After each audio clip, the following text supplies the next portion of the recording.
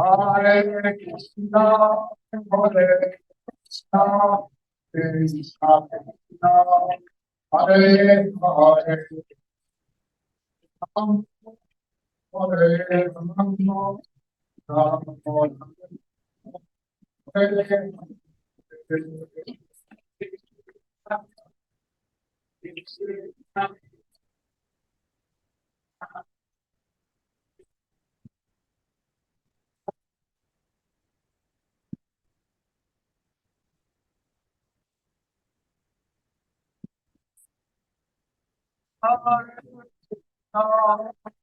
Hare Krishna, Hare Krishna, Krishna Krishna, Hare Hare, Hare Rama, Hare Rama, Rama Rama, Hare Hare.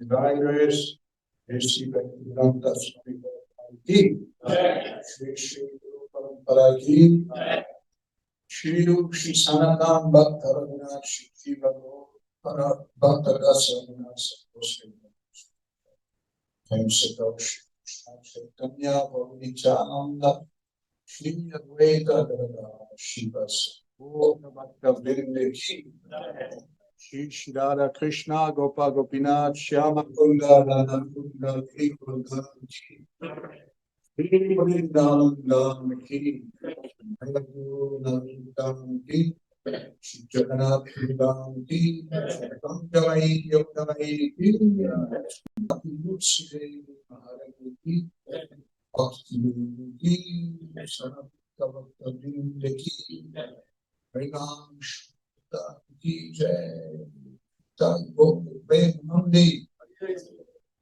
glories to the assembled devotees, all glories to the assembled devotees, all glories to the assembled devotees, all glories, Shri Shri Lord.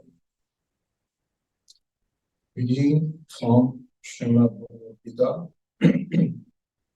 8th chapter, text number 17. Om Namo Bhagavate Vasudevaya.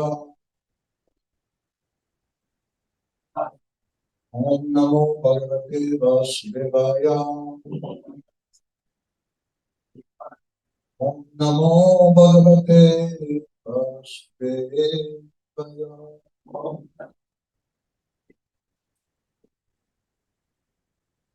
Sahasrayuga Payantam.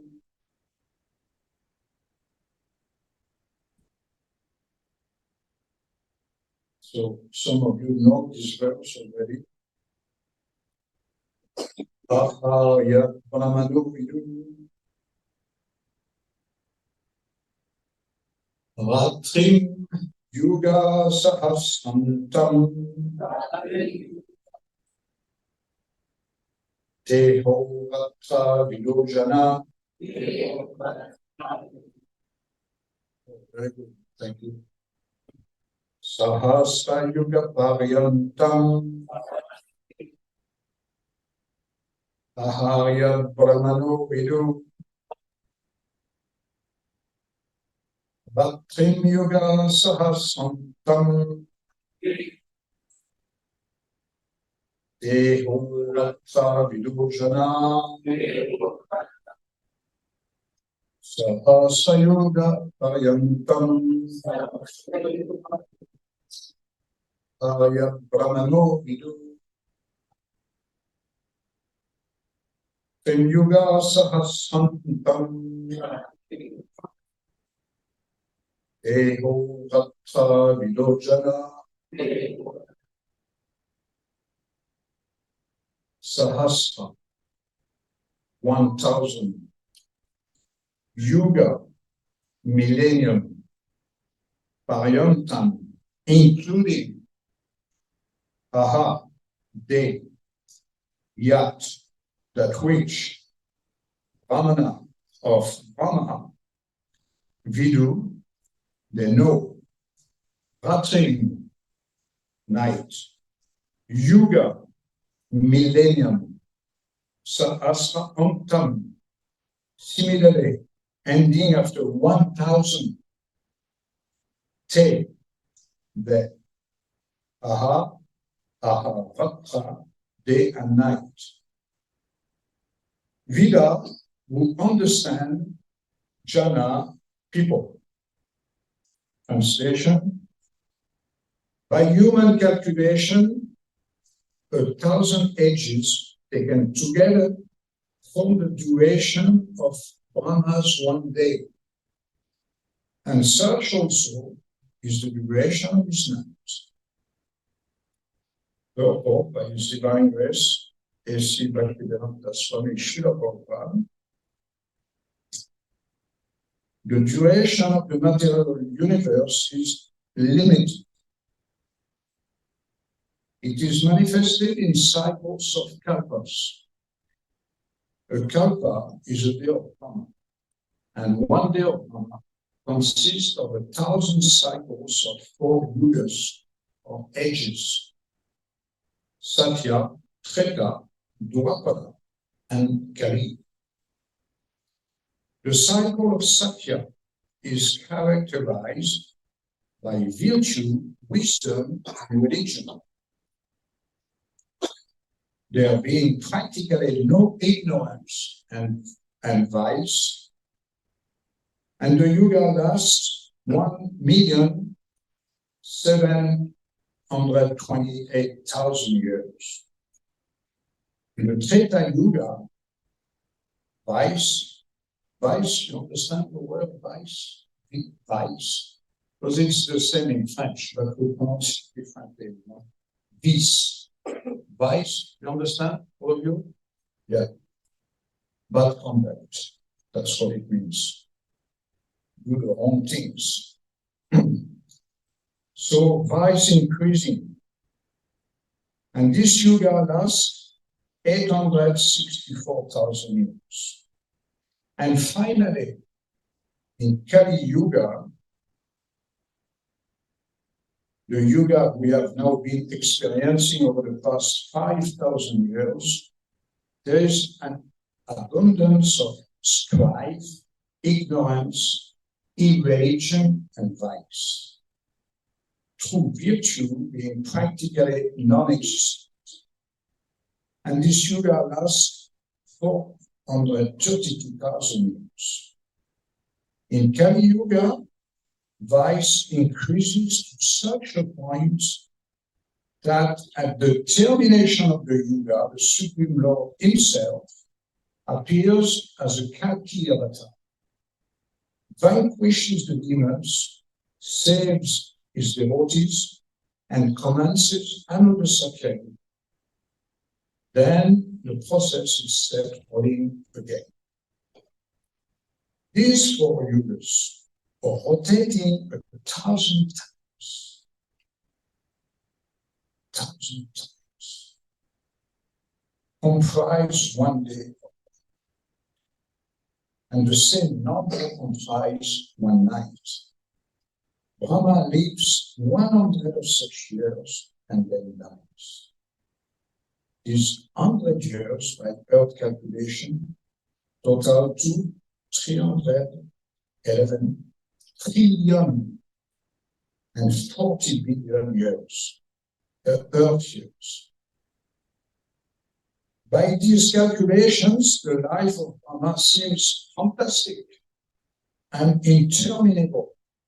But from the viewpoint of eternity, it is as brief as a lightning flash. In the causal ocean, there are innumerable Brahmas rising and disappearing like bubbles in the Atlantic. Brahma and his creation are all parts of the material universe, and therefore they are in constant flux. In the material universe, not even Brahma is free from the process of birth, old age, disease, and death. Brahma, however, is directly engaged in the service of the Supreme Lord in the management of this universe. Therefore, he at once attains liberation. Elevated sannyasis are promoted to Brahma's particular planet, Brahmaloka, which is the highest planet in the material universe, and which survives all the heavenly planets in the upper strata of the planetary system. But in due course, Brahma and all the inhabitants of Brahmaloka are subject to death according to the law of material universe. Hare Krishna. Om Jnanatinam Vasya Brahmashana Shavaya Shashur Nirtanena Tasmai Shri Bhagavad. So Krishna speaks. Krishna speaks Bhagavad-gita, and Krishna speaks his words. Why? Why he speaks this word? To help us understand where we are. Very, very tiny position. The position of the human being is so tiny that it is comparable to a small mosquito, small insect. When we are surrounded by insects, by mosquitoes, particularly in this country, we tend to question the utility of these living beings. No use. They are just here to disturb us. No use. So this is our position in the universe. When Krishna speaks, it is very deep. He doesn't speak, he doesn't gossip, as we do on Twitter every day with gossip. So many useless things, so many grand kata, village talks. The birds also, they talk village talks every day. It's a little bit more nice to listen. Looks like a singing. But all talks, most of the time, in this world, related to eating, sleeping, mating, defending, not so valuable, not so tangible. But when Krishna speaks, wow, listen.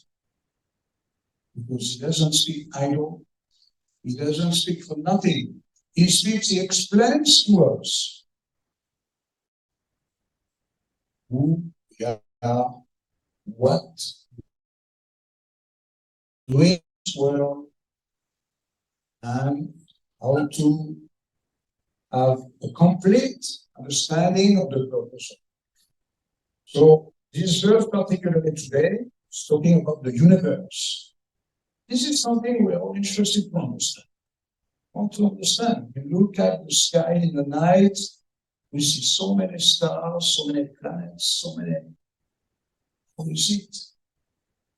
Is all creation is there, but how can I understand it? Now, once help us understand this universe. And this is why Bhagavad-gita is so important, because the words of Krishna here are not just, come to me, surrender to me. Yes, he says that, but he also says in which environment you are staying, try to understand it. So he's saying one thing which is, in a way, not so much accepted by material science today. Western science says that the time is linear, a line. There was a beginning, now us, and there's an end to it. Devastation, whatever. So the beginning, there was nothing. We came out of nothing. Big explosion. Then some species of life, they appear. Animals, beings, like monkeys, and then more and more civilized, and then we are most civilized of the whole evolution process. And then after some time, that will disappear. This is the common view in science today, which is taught in many schools. But Krishna talks another kind of understanding. He explains it in a cyclic way, not a linear way, cyclic way. In the same way that there are seasons. Here you have six.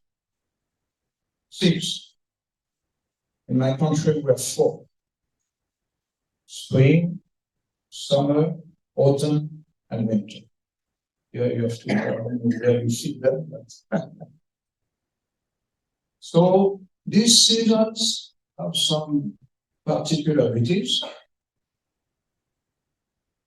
Spring, you can see lights going up. And in winter, lights, windows finished almost. But it's recreated and then spring again, and then the cycle comes. And so this is the way seasons are going.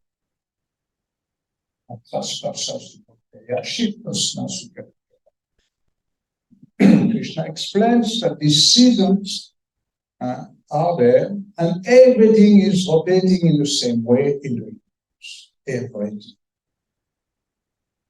So time is rotating also the same. When Western scientists hear from Krishna this, they cannot accept. They cannot accept that, the numbers we gave today are quite phenomenal. We are talking of this year, 432,000 years. This year, 432,000, out of which only 5,000 years have passed. Then you multiply that, you have the other yuga, then you multiply the other one, and it comes to 1,000,007. No, this is Satya Yuga is 1,728,000 years. This is the last one, the longest one. Then this is only 1. But the duration of the life.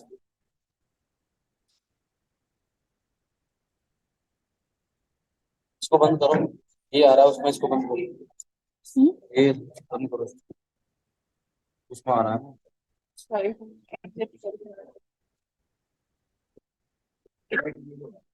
बंद कर दो। और वो वाला उनको रेखा माती बोलो, उसको लगाएंगे हाईलाइट, बंद कर दो।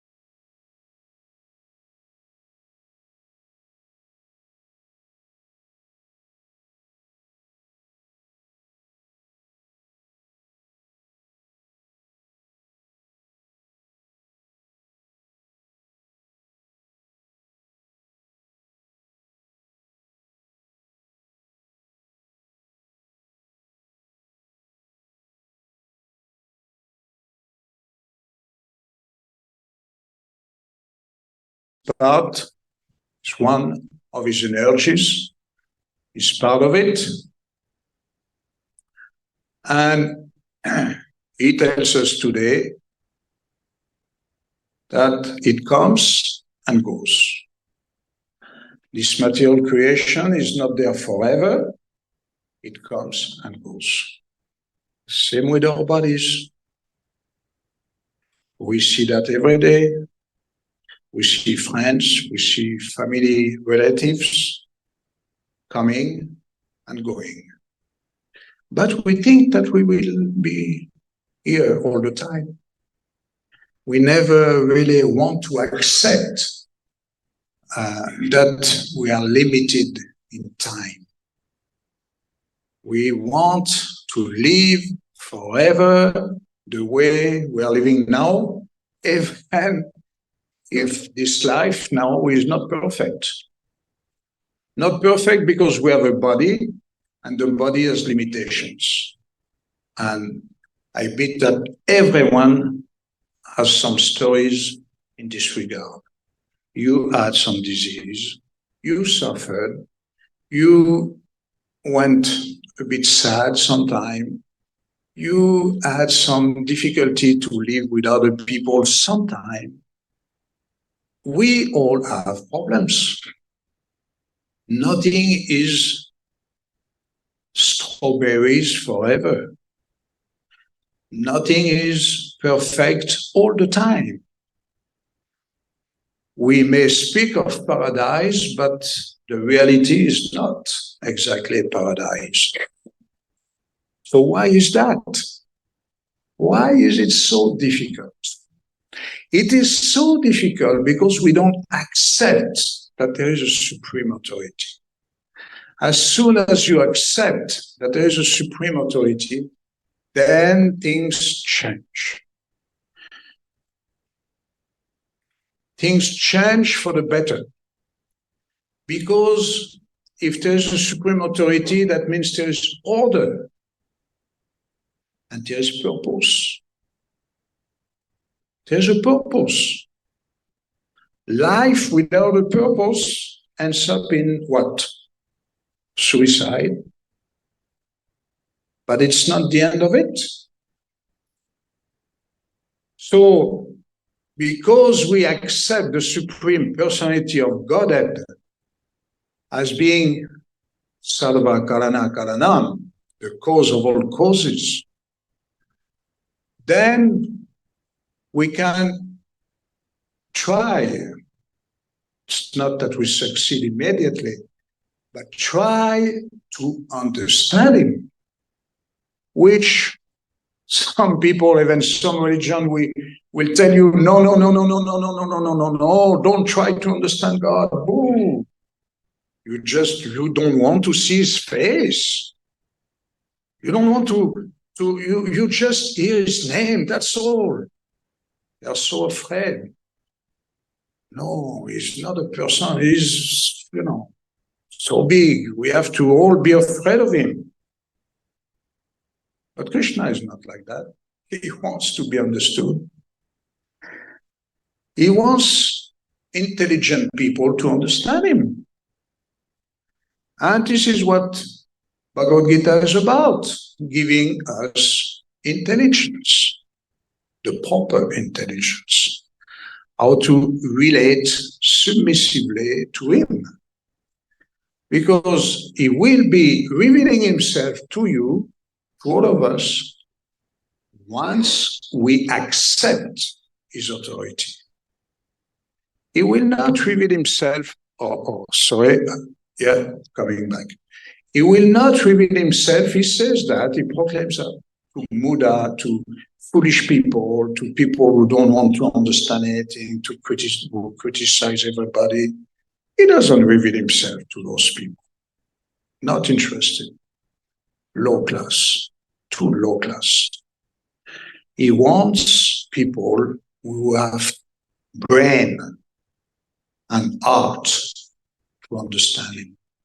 Because he wants relationship with all entities. This is why he doesn't want you to just go on living like a beast. Some people live like a beast. They don't question life. But Vedas tell us that questioning life, questioning suffering is the beginning of intelligence. So questioning, yes, but we have the answers. Because Krishna, out of his own mercy, is giving the answers, he's explaining. So he's explaining about the cycles of life.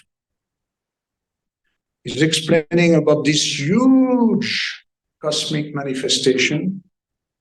But in the purport, he's explaining us about Brahma a little bit more. To understand Brahma, who is Brahma? We have one very nice statue of Brahma here, Murti in the Vedic Expo. But Brahma is the creator. But even creating this world is a post, is a function, is a responsibility. But because he's creating this world doesn't mean that he's owning this world, doesn't mean that he's living forever. So Prabhupada, even in the purport here, says that even Brahma dies. Wow. Difficult to understand for us about all these higher personalities. But this is coming from Vedas. And here you have a saying, Vedamata. The mother Vedas is explaining about the Father, Krishna, Govinda, Narayan, Vishnu. And so all this is related to different aspects of Godhead, because Godhead is a big, big world. When we try to understand Krishna as a person, we may see some very sweet, like we saw some very sweet, nice pictures here, Krishna, Radha, beautiful, attractive. But Krishna has many, many other aspects. Like one is Vishnu lying on the Karana ocean with universes coming out of his body. Western people will say, oh, this is mythology. This is nice pictures for you, entertaining your brain. But when it's coming from Vedas, then we know, at least in India, that yes, this has to be seriously considered. Because we have not only this description, but we have also big rishis, big seers, who are able to say so many things about this world. Predictions are being given in the Vedas. This is what the age in which we are living, Kali Yuga, with all its bad qualities, all its bad characteristics.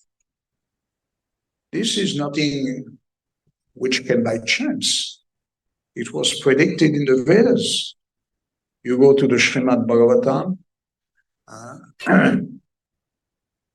12 cantos, 11 cantos, there's prediction about Kali Yuga, how it will be, how religion will go down, how the respecting one God, wanting to know him, it's not a question anymore, finished. People just fight for living, fight for their life.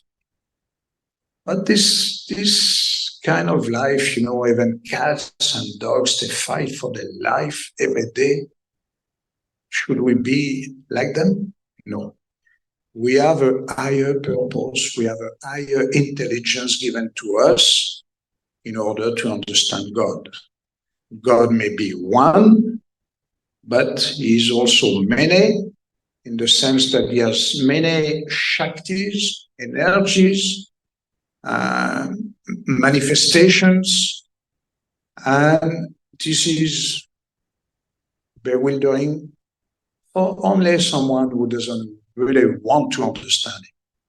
But for someone who likes to go deeper in understanding God, all this knowledge about his qualities, about his shaktis, about his energies, is much, much, much, much welcome, and you want to hear more and more and more all the time. And then your life is complete. Then the purpose of studies is complete. Studying technology is okay. So many machines now are in our daily life guiding us. Yantra, machine, like the body. The body is also a machine. But these machines, they are here for some time. They are fabricated, they serve a purpose, but then over time they are finished. No use. You have to throw them. Same with the body. But for the enlightened soul, this is not the end. Our life has a purpose, and understanding God is the main purpose. And not only understanding, but have a relationship with Him. And this is why we chant Hare Krishna. We are able to chant all day in this temple, all day, practically. Devotees are chanting. But this is a way, because in this age, Hare Nama, Hare Nama, Hare Nama, Eva Kevanan, Karuna Steva, Steva, Steva, Gatya Anyata. Krishna comes in His name. He is not different from His name. He is fully into this Hare Krishna and Ram mantra. The Maha Mantra, which has been given particularly for the fallen people of this dark age, Kali Yuga. So it's a special mercy for us, us meaning the inhabitants of the world, because even if Krishna has put his feet on this land of blood, his name is now spreading all over the world. And I am the living proof of that, because I come from a country where, 100 years back, nobody heard of Krishna, a few people. And now, the chanting of the name of Krishna is there. In every town and village of the world, my name will be sung. It's a prediction which will take place. And this prediction was given by Chaitanya Mahaprabhu himself, who came 500 years ago, who spread, because he's God, but as we always have a tendency to see God very, very, very far, unreachable, not able to be understood, He has to come a bit closer to us. He has to come to show the way to get closer to Him. So this is Chaitanya Mahaprabhu. He came in order to help us reach out to Godhead. And He predicted, and it cannot be wrong, He predicted His name will be sung in all towns and villages of the world. You believe it or you don't believe it, but somewhere or other it's happening. And then when we understand that it's happening and it was said by Krishna in the form of Chaitanya Mahaprabhu, then we start to go deeper in understanding His personality, Krishna's personality. This is where Krishna consciousness movement is there to help everybody understand more deeper these things. How to come closer to Krishna, closer to Chaitanya, and live in a company of people who have the same eagerness. Birds of the same feather flock together. So we invite you, all of you, to be much more eager to come here.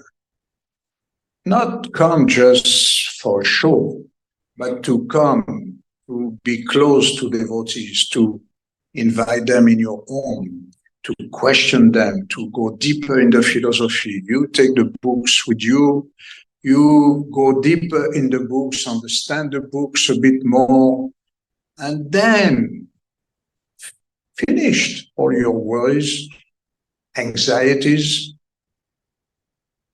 Why to take pills for going to sleep?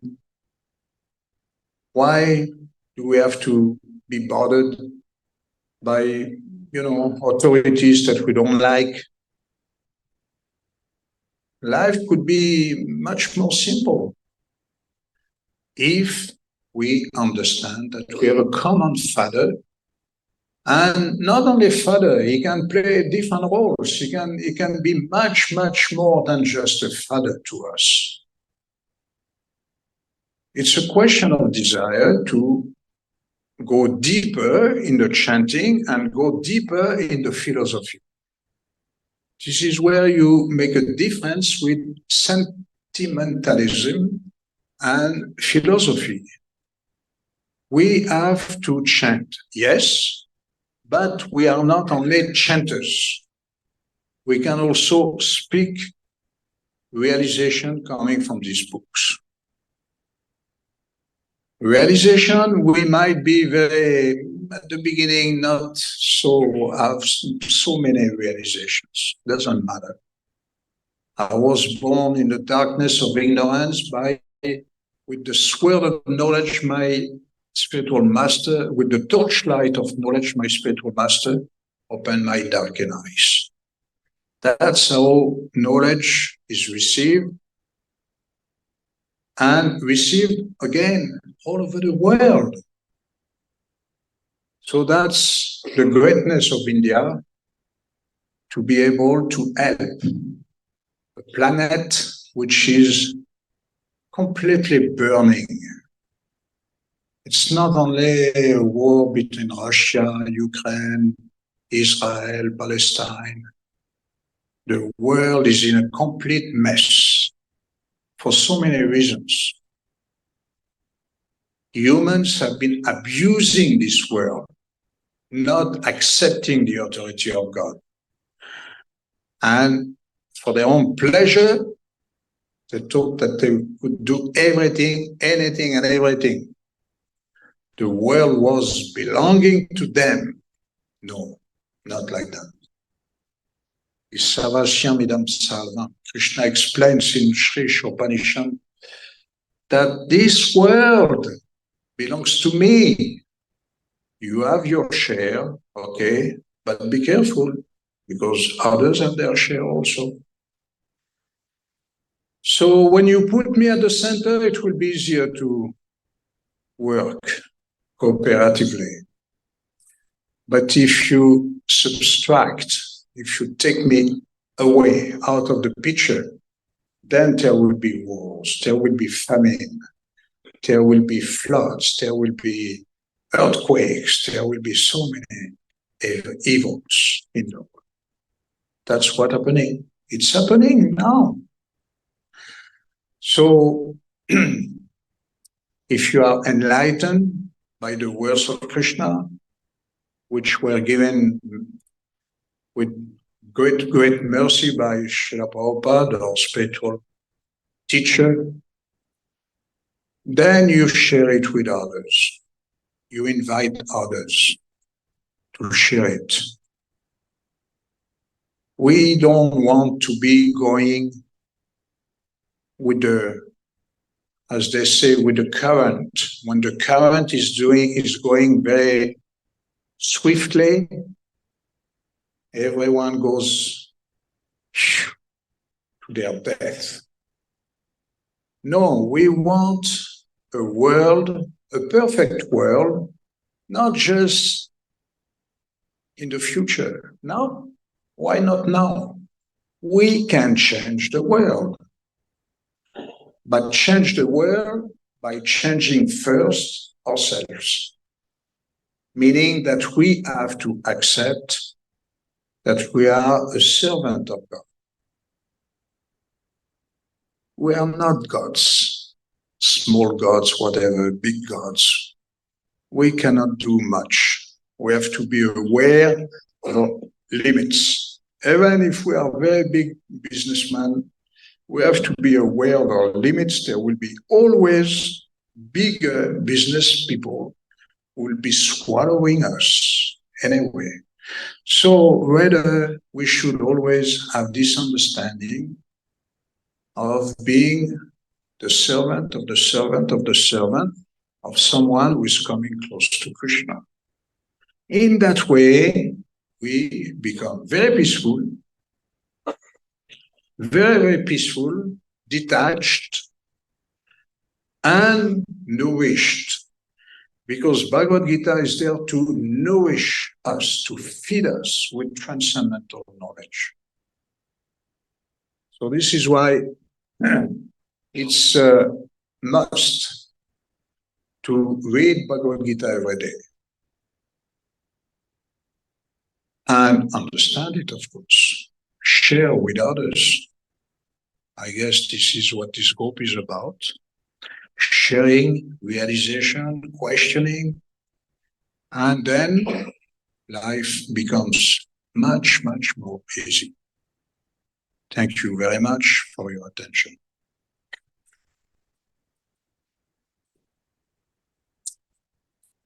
Any questions, comments?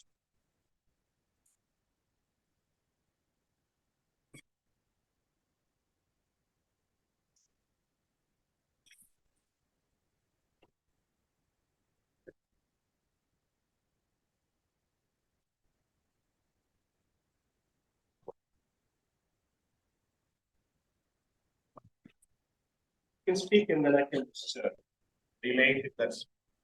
What's the question? Yeah, what was the question?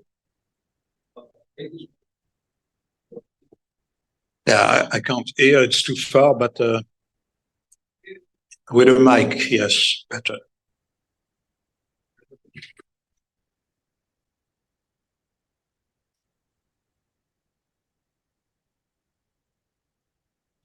Hare Krishna, Prabhuji. Prabhuji, my question is, as we all know that Rama is appeared in the land of India, Krishna is appeared in the land of India, and all the holy places in India like Vrindavan, Haridwar, Rishikesh. Why, Krishna and Rama appeared in the western land of? He's appearing now in the West also with his holy name. He has different ways of appearing. He's not, limited. So he appears here because there is a kind of natural attraction for this land. Because so many pastimes had been going on in this land of Bharat, which is much wider than what we see now. You know that, of course, India was bigger before. So the land of Bharat was much, much greater in the past. Actually, the whole earth was Bharat. But this particular land, he appeared here, it chose to come here, and we see with our own eyes the results. People here are more pious than anywhere else in the world. It's a fact. You go in my country, churches are empty. I tell you, empty. People go to mosque, yes, but they are not from my country originally. People who go to mosque, they come from another country and they try to impose it their way in Europe. But this is another question. But, religion, relationship with God in the West, finished. So that there is one place, at least, where he keeps on coming and having leader pastimes, and where people can relate to it at different levels. It's not that everybody can understand Krishna when he comes here or see him, but he comes. And when he came 500 years ago as Chaitanya Mahaprabhu, not everybody could understand who he was also. But this is happening. But he's not limited to India. The proof is there. His movement is spreading all over the world now. You see people in Moscow crazy, chanting Hare Krishna in the streets. It's amazing. It's amazing. So, to understand why he came here, again, to enjoy. Krishna is not limited. He doesn't have to come to a specific place like we do because of karma. We come to a specific place because of karma. But previous life, question mark. Like, I'm here, this body, but maybe I was in India before, I don't know, somewhere else. Definitely, when I came, the first time I came in India, 1977, I was telling Prabhu, 1 week after Srila Prabhupada had left this planet, I felt so much at home here. I was feeling this country is my country. So if it's not coming from a past life, tell me what. So, people take birth like, by the will of providence, by the workings of karma, people take birth in different places with a purpose. So now, this Punya Bhumi definitely is sending already representatives all over the world. This is the Sankirtan movement. And because of this spreading, pious people are even in the West, which is going down in terms of faith, in terms of dharma. But these pious people taking birth here and there, reviving the bhakti, the devotion. So how it will take place exactly, we don't know yet. We are not predicting that the churches in Europe will be replaced by Krishna temples, but it may happen. Why not? But how it will happen, it cannot happen overnight. It's just a question of fate. It's just a question of supreme destiny, supreme plan, and that's happening. So often we have a limited vision. And the scientists or the historians, they will definitely say, oh, this is the Indian gods. Forget about them. Krishna is an Indian god. Oh, yes, in India there are 1 million gods. So, full stop. When you have said that, that means we are the best and they are just, dust. But we see that being the best, they have not created the best society where everybody is enjoying. Isn't it? Problems. Anytime you hear a minister in my country, he's there to solve some problems, and he's unable to solve them. He's unable. He doesn't have any spiritual vision. He doesn't have any compassion for people. He's there only for power. That's all. So to have the eyes to properly understand why Krishna came, how he spoke, it requires a little bit of humility, as I was saying. And this is the good asset that you have here. At least not all Indians are humble. I'm not saying that. But there's a good, how to say that, a good field for that. Hare Krishna. Any other question? Hare Krishna, Prabhuji. They say that if you really need to progress on the path of Krishna consciousness, you must first accept a guru who's in the line of disciple succession. So, how do you first become in contact with such a guru, and how do you really you know that he's a true guru. So you have so many gurus today Yeah, who are misleading people. yeah, good question. Thank you very much. Yeah, and India is specialized in having many gurus. Yes. As Prabhupada said, sometimes gurus and kangaroos as well. You know what is the difference? Gurus and kangaroos? Kangaroos have a pocket here. They fill up the pocket with your money and they go away.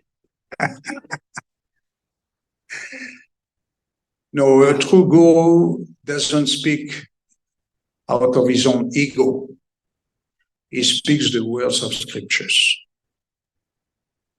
Guru, Shastra, Sadhu is the way to check exactly who is who.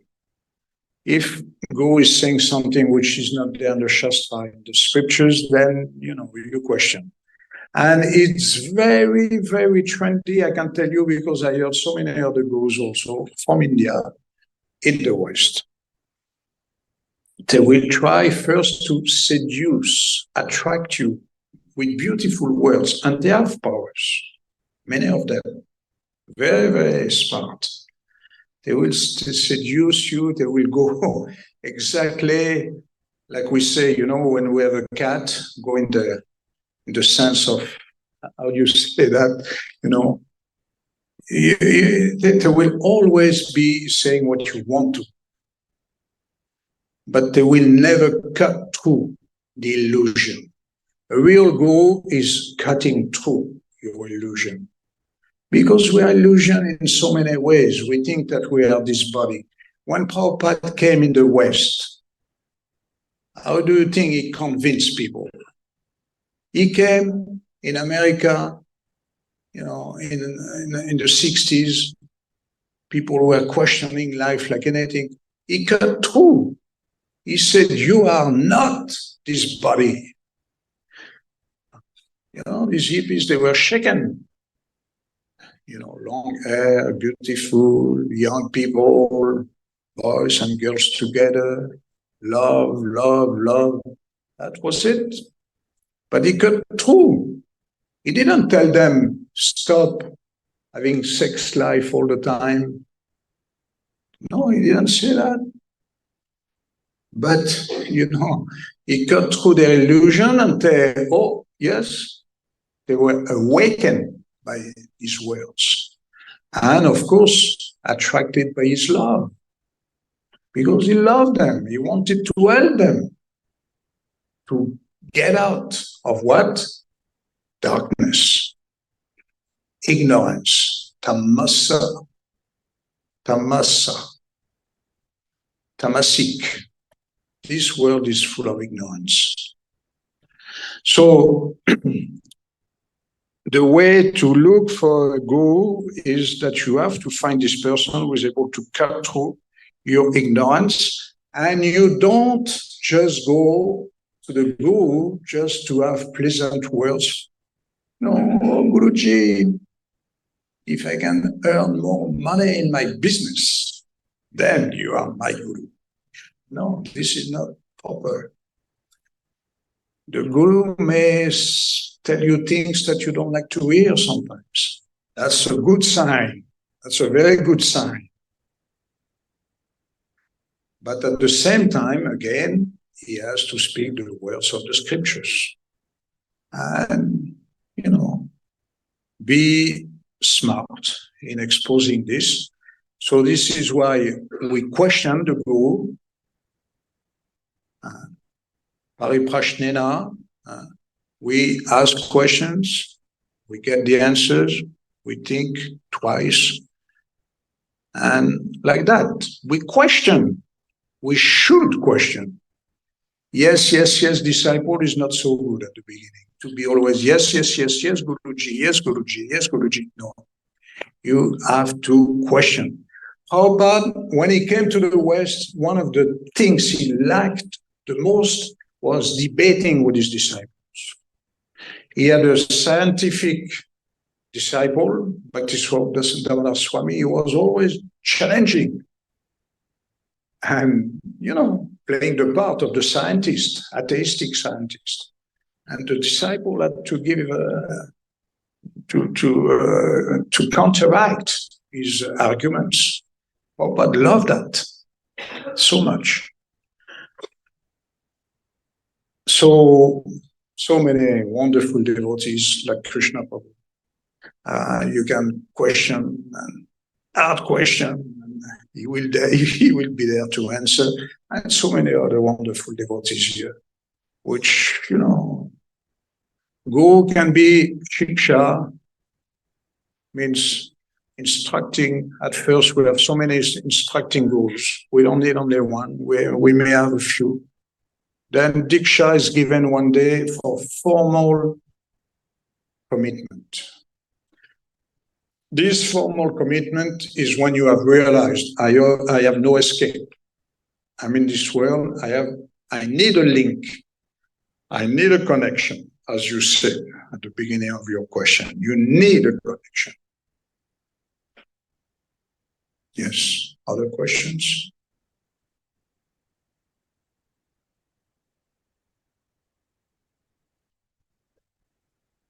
Hare Krishna, Prabhuji. So my question is, what is the purpose of our life? What is the purpose of our life? Try a guess.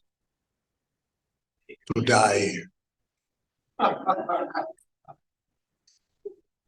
We come here for dying, finished. Yes, we say that also. Dying for Krishna means the death of your material body is the time of awakening for your soul.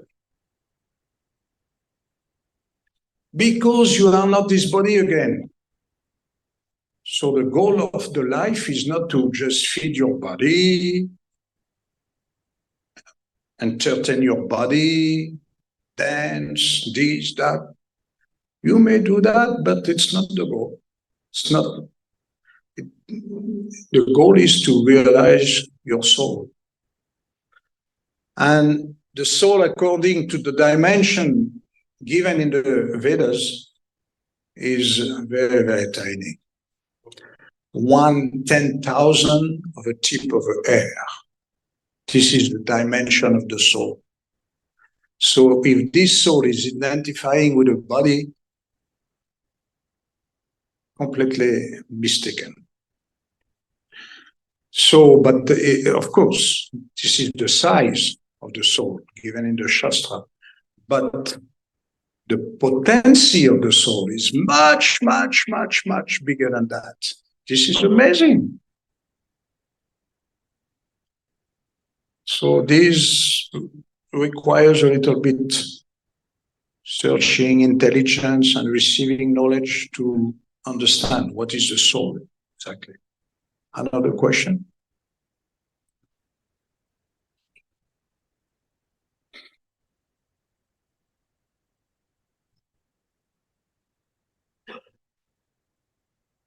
Hello, Prabhuji. I go.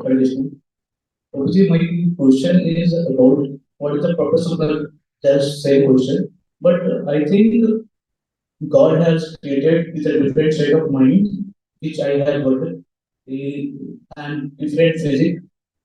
Every person has a different physics, different language, and different understanding of many things.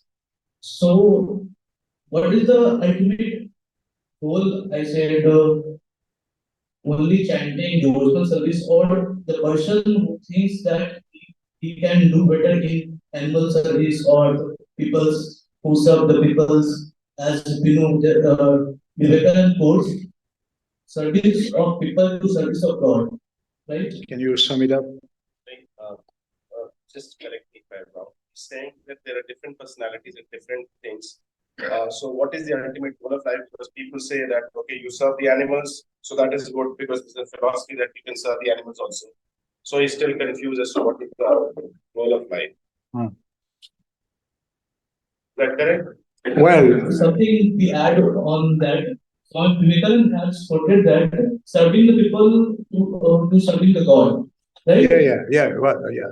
Serving. Why we are serving? We are serving on a daily basis. You serve your wife, you serve your kids, your boss, whatever. But the purpose the purpose. Sorry. Oh, the wires.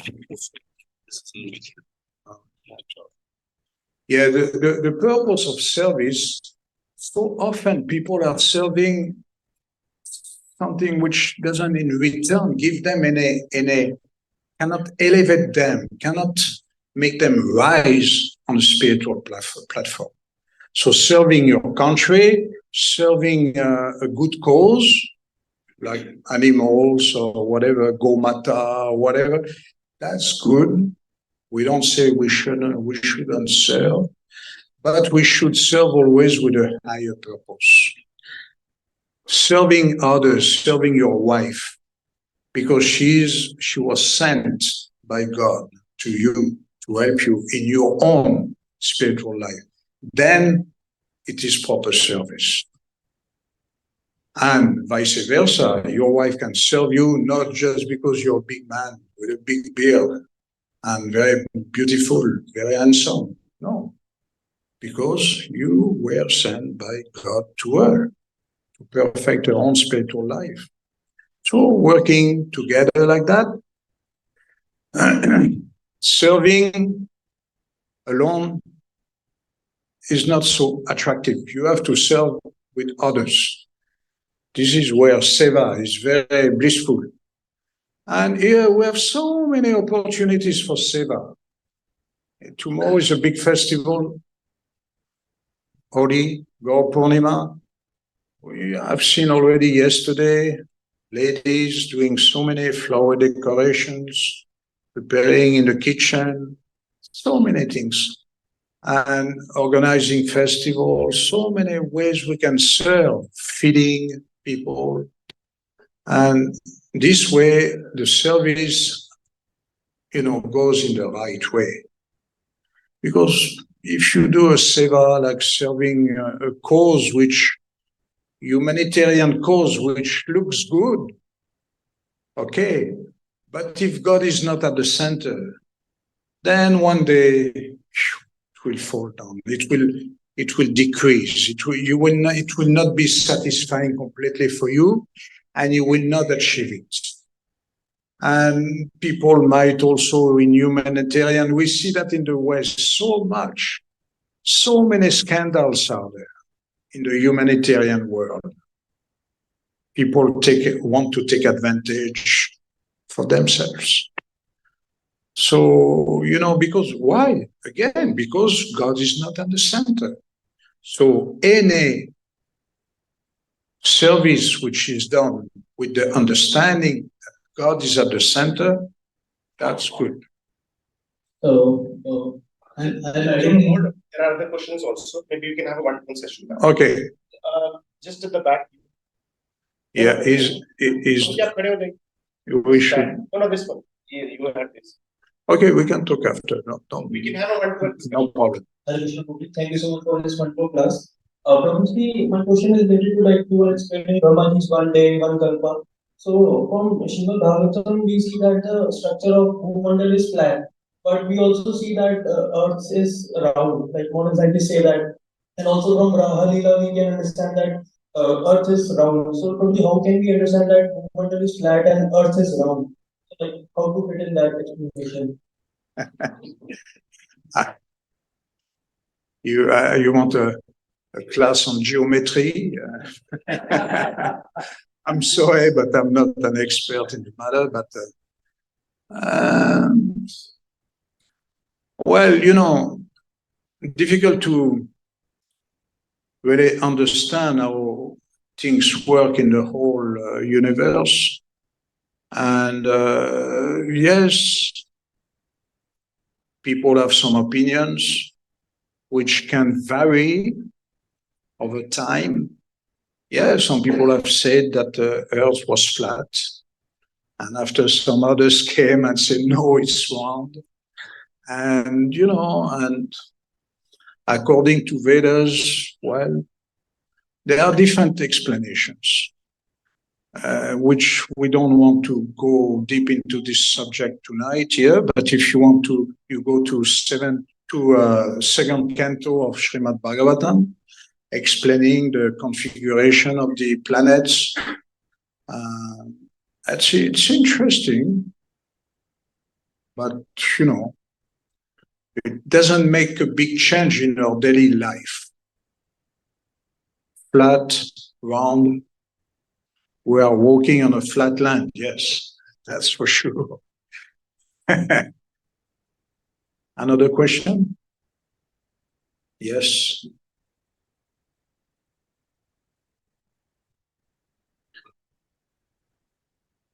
Hare Krishna. Hi, Bob. My question is, how can I tackle with and how can I stop egos and jealousy? Sorry? Sorry, I didn't get that. How can stop jealousy and ego when someone hurt them? जब कोई परेशान करे, hurt करे, ego को, jealousy, उसको कैसे tackle करें? He's saying if somebody is jealous and he's not getting along with us, how do you handle that situations? You will always have people who don't really go along with you. As long as you identify with this body, it will be difficult. But if you less and less identify with this body, it will be easy for you. You just have to learn the art of being detached.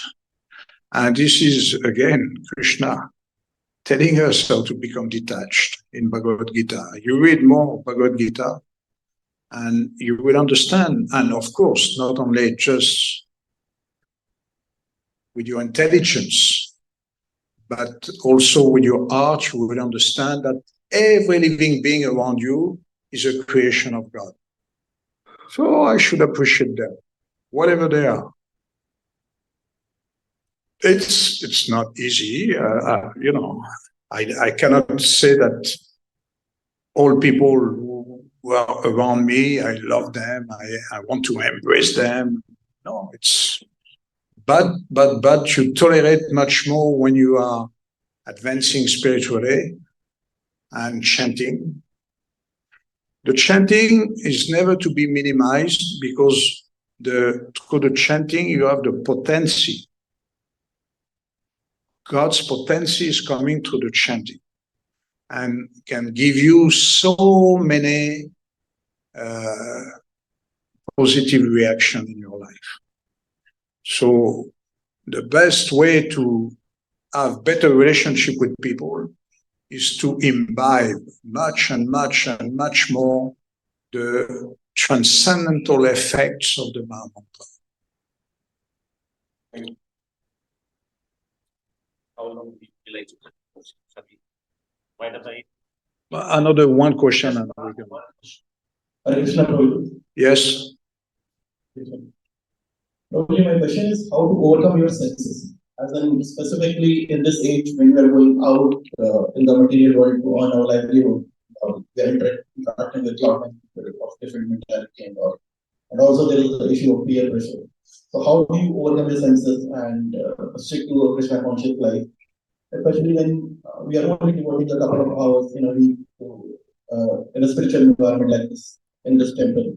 How to control the senses? Yeah, how to control. Yes, how to control senses. The fact that we are spending only a couple of hours in a week, we're not spiritually strong. How do you do that? Not spiritually too strong. Well, we are all like that. It's not easy to be strong spiritually. And it's not by your own efforts that you will succeed. Grace has to come down upon you. And how to call upon grace upon you to meet people who are graceful. Grace can come upon you if you allow graceful people to enter your heart. That's how it comes. Now, how to be strong? We come back to the question of Diksha. You become strong when you commit yourself. If you never commit yourself, I know people who know Krishna consciousness since 40, 50 years, they never wanted to commit themselves. And you can see the level where they are is the same level where they were 40, 50 years ago. There's no harm. We are not here to judge. But they may need another birth, which, as we know, it's not easy taking birth. Not easy to go again in the womb of a mother. Of course, it might be a better birth, but it's not easy to take birth in this material universe. It may be worse and worse. So, if we can come to this platform of commitment in this life, good enough, very good. And if it is your only purpose in life, then very good, very nice. You will succeed. Yes.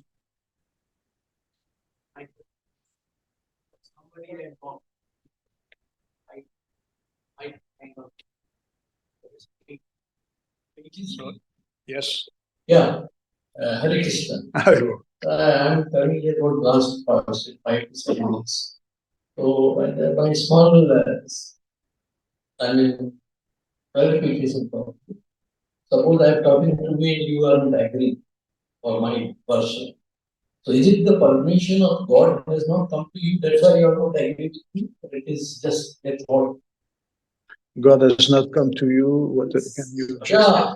So he's saying that if you're having a conversation, Yeah. and if you don't agree to me, Yeah. is it like decided by the Lord that this agreement will not happen, or there's something else? Okay. No, God descends in our day-to-day conversations when we are on a transcendental platform. That's all. Otherwise, it is Gram Kata. It is just village talk, fighting for fame, adoration, ego, most of the time. Most of the time, people are fighting out of ego. That's all. But if we agree, all of us here today, that there is only one way to surrender to God, then we are not fighting. It's easy to agree. So yes, God comes in our day-to-day life when we just raise on the transcendental platform. That's all. And for that, you have to chant Hare Krishna. Okay, thank you very much, all of you.